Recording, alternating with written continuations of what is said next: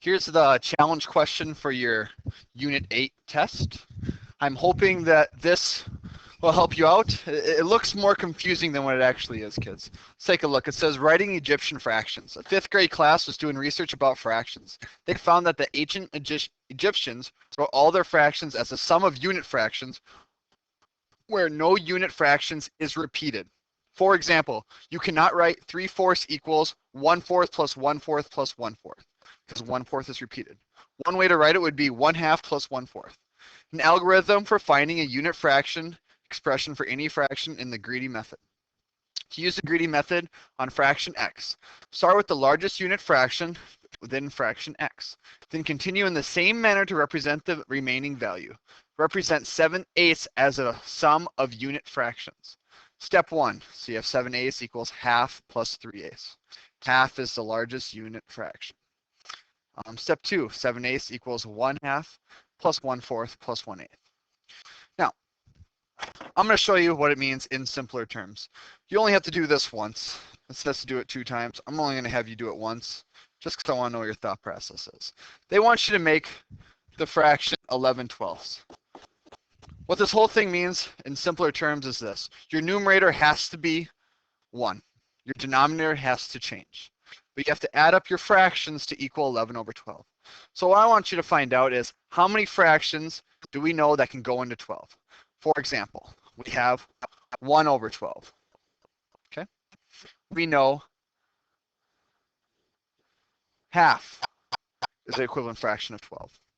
We know that 1/3 is an equivalent fraction of 12. We know that 1/4 is an equivalent fraction of 12. And we know that 1/6 is. 1/7 isn't, 1/8 isn't, 1/9 isn't. So all those fractions can go into 12. Here's the next thing I want you to do. I want you to tell me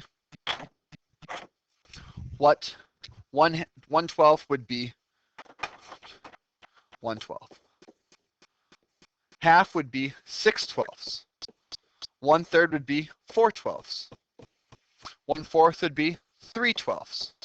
So you can see these markers. 1/6 would be 2/12. How are we finding these numbers? Well, 12 times 1 equals 12. 1 times 1 equals 1. 2 times 6 equals 12. 1 times 6 equals 6. 3 times 4 equals 12. 1 times 4 equals 4. 4 times 3 equals 12. 1 times 3 equals 3. 6 times 2 equals 12. 1 times 2 equals 2. Now you have to try and get a numerator that is 11. So what number of these numbers, what can we add up to get 11? Well, I know 6 plus 4 plus 1 gives me 11. So what that means is this.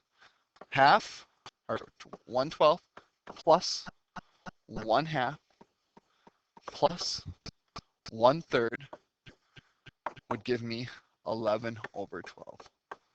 So I follow the rules. I have 1 for all my numerators, and my denominator doesn't repeat. This is how you would do it.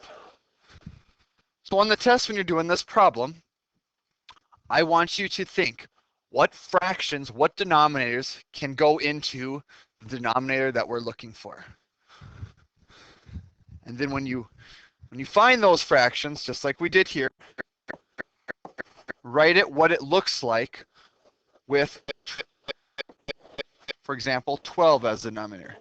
Then you just add the numerators up until it equals the numerator you're going for. You're only going to have to find one number sentence like this one for the test, but 12 won't be your denominator on the test. It will be something different. It might be 18, it might be 24.